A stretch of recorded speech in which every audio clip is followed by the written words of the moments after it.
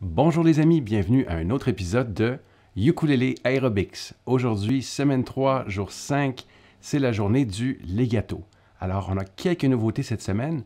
Première nouveauté, c'est que plutôt que d'utiliser la gamme de Do pentatonique majeur comme on l'a fait au cours des 2 premières semaines, nous allons utiliser la gamme de Do majeur que justement, on a travaillé au cours des derniers jours. Comme c'est bien fait, on peut voir ici, tout s'imbrique parfaitement.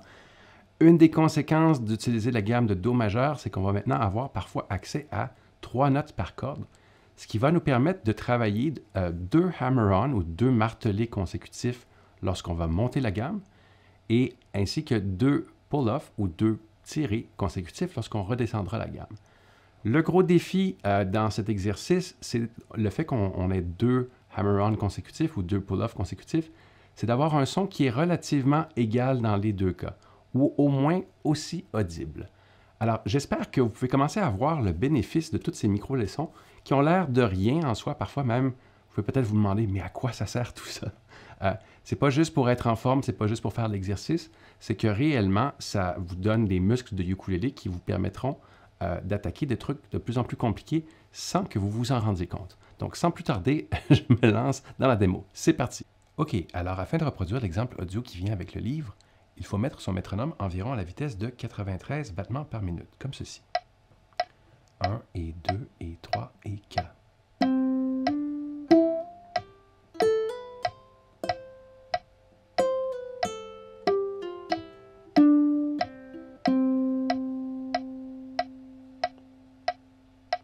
Passons maintenant à la vitesse de niveau d'entrée qui est la moitié. Donc, on va y aller environ à 45. Ça fait un petit défi en ce vendredi. Encore une fois, si vous êtes capable, mettez les 2 subdivisions. Sinon, mettez ça à 90 où chaque clic vaudra une croche, comme ceci. 1 et 2 et 3 et 4 et...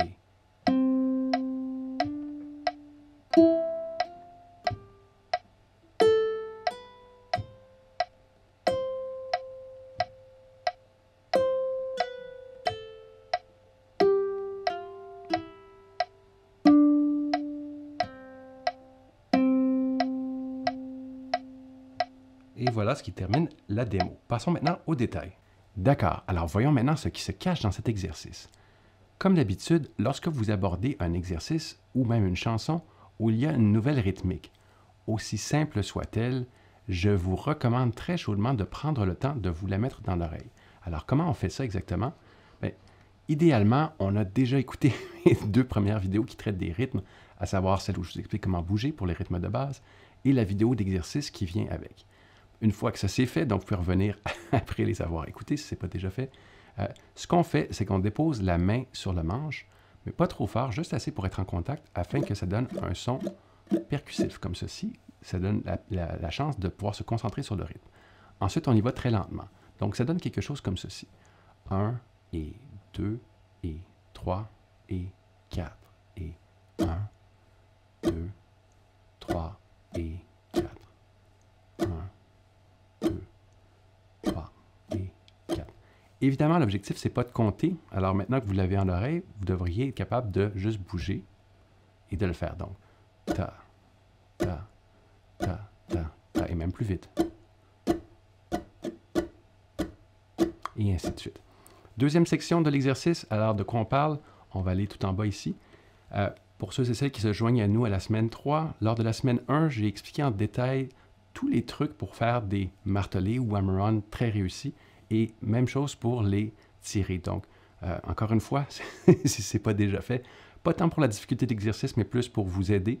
Je vous invite à aller regarder cette vidéo-là juste pour pouvoir en extraire tous les trucs et pouvoir devenir des ninjas des hammer-on et pull-off. Donc, qu'est-ce qu'on a ici sur lorsqu'on monte la gamme, donc, ça va être donc le 0,2. Je vais changer de caméra, tiens. Voilà, comme ceci. Alors, c'est simplement 0,2. Donc, c'est tout à fait identique à ce qu'on a déjà vu par le passé. Il n'y a seulement qu'un hammer-on. Par contre, dès qu'on passe à la corde suivante, on a 0, 1, 3. Alors, c'est ça que je vous disais tout à l'heure. C'est ce qui est difficile. Donc, 0, 1, 3. Alors, vous allez remarquer que plus vous le faites lentement, Ça sonne un peu comme Frère Jacques, hein, vous ne trouvez pas? Voilà. Alors, vous recherchez à avoir du volume. Petit rappel de la semaine 1, l'idée, c'est que dès qu'on a appuyé, on poursuit sa course dans le manche. C'est comme si, disons que ça, c'est la corde, là, imaginez-vous. Alors, j'appuie et je poursuis pour l'enfoncer bien comme il faut, plutôt que de juste toucher à la corde et s'arrêter là. Non, on appuie puis on enfonce. Alors, ça, c'est pour les hammer-on. Donc, ce que vous voulez avoir, c'est ces 2 hammer-on consécutifs. Donc, encore une fois, 0, 1, 3. Donc, il y a seulement la première note qui est jouée. Donc, ça, c'est pour en montant. Évidemment, sur la corde suivante, c'est le même principe. Lorsque nous allons redescendre, alors ça va être l'inverse. Alors, je vous ai mis un petit diagramme ici. Donc, c'est 3, 2, 0. Je vais m'approcher un peu. 3.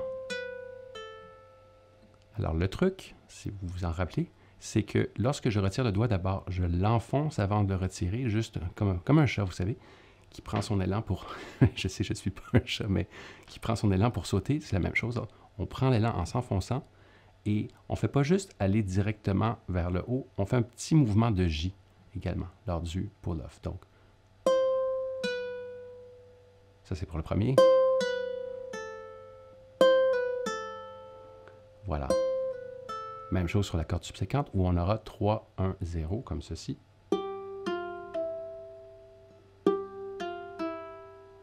Voilà. Alors, si on y va avec la rythmique maintenant, donc on repart du début, donc on repart essentiellement d'ici, on voit que c'est 2 noirs. Donc, on revient avec notre rythme qu'on a calculé tout à l'heure, c'est-à-dire...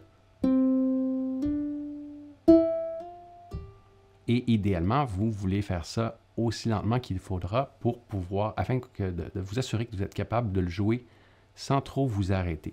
Alors, ce qu'on veut éviter, alors, démonstration de ce qu'il ne faut pas faire. Alors, ceci est mal. Il ne faut pas faire ceci. Donc, on ne veut pas perdre le contrôle au niveau de la rythmique, on veut que ce soit bien égal et très détendu, plutôt comme ceci. Même chose au retour. Encore plus lentement.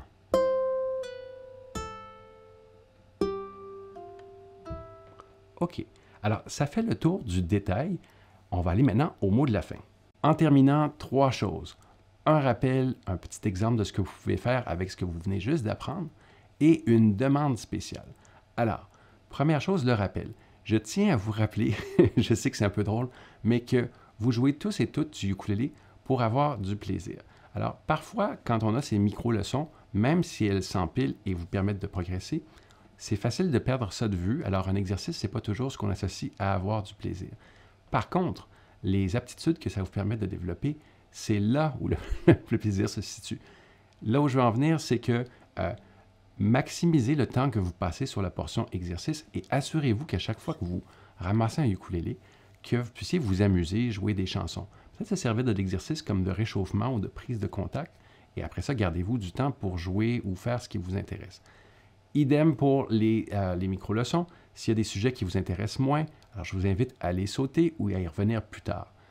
S'il y a des sujets qui sont peut-être plus difficiles pour vous, prenez votre temps, il n'y a pas de souci. Ça peut être que même si j'y vais chaque jour, peut-être que ça vous prend 3-4 jours, peut-être qu'après 3-4 jours de frustration intense, vous pouvez juste sauter au prochain et y revenir plus tard. L'objectif, c'est de ne pas vous décourager. C'est pas pour ça que je suis ici. Il y a plein d'autres gens dans le monde extérieur qui s'en chargeront. Et c'est dommage d'ailleurs. Donc, voilà, c'est les petits conseils d'usage. Alors, une petite démo de ce qu'on peut faire avec ce qu'on vient d'apprendre, parce que souvent, c'est pas si évident que ça. Donc, cet exercice est parfait pour improviser. Alors, qu'est-ce que ça veut dire, improviser? Ça veut dire que c'est du jeu libre. Il n'y a pas d'erreur, il n'y a pas de mauvaises choses. Vous essayez des trucs, vous explorez. Donc, alors pour explorer ici, ce qu'on va faire, c'est qu'on va prendre un accord de Do. Donc, c'est vraiment du jeu, comme quand vous étiez enfant. Vous vous rappelez? En tout cas, moi, je m'en rappelle. Vous prenez l'accord de Do et ensuite, vous allez mettre des séquences au hasard dans les notes qu'on a jouées aujourd'hui. C'est pas obligé de suivre la même rythmique, vous n'êtes pas obligé de jouer tout le même truc, mais juste de voir comment ça fonctionne, l'interrelation entre les deux. Ouais, c'est pas facile à dire ça. OK, donc ça donne quelque chose comme ceci. L'accord de Do suivi de, par exemple, quelques notes.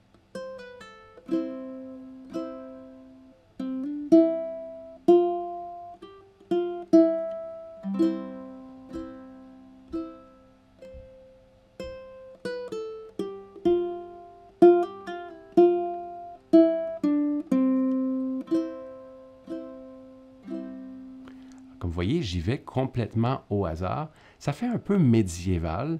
Évidemment, ça dépend de la vitesse à laquelle je joue. Et au fil du temps, vous savez, comme tout à l'heure, j'ai remarqué que ça ressemblait un petit peu à Frère Jacques, par exemple. Vous allez remarquer quand vous faites des exercices que ça ressemble à des chansons que vous connaissez. Donc, en d'autres mots, vous êtes déjà en train de pratiquer les éléments qui vous permettront de jouer cette chanson-là, si elle vous intéresse, bien entendu. Alors, dernière chose, je change de caméra encore une fois. Ma demande spéciale, si vous aimez ces vidéos, s'il vous plaît, appuyez sur le bouton « Like » parce que ça aide à l'algorithme de YouTube qui a besoin d'aide, semble-t-il, afin de promouvoir cette vidéo pour d'autres ukulélistes qui ont besoin de se muscler les mains et d'être plus heureux dans la vie. Donc, ça m'aiderait, ça aiderait les autres. Appuyez sur like ou partagez la vidéo. C'est pour tout le monde, hein, ça ne coûte rien, alors c'est autant en profiter. Donc, c'est tout. Sur ce, je vous souhaite un excellent vendredi et on se voit demain pour une autre journée de ukulélé. Bye tout le monde!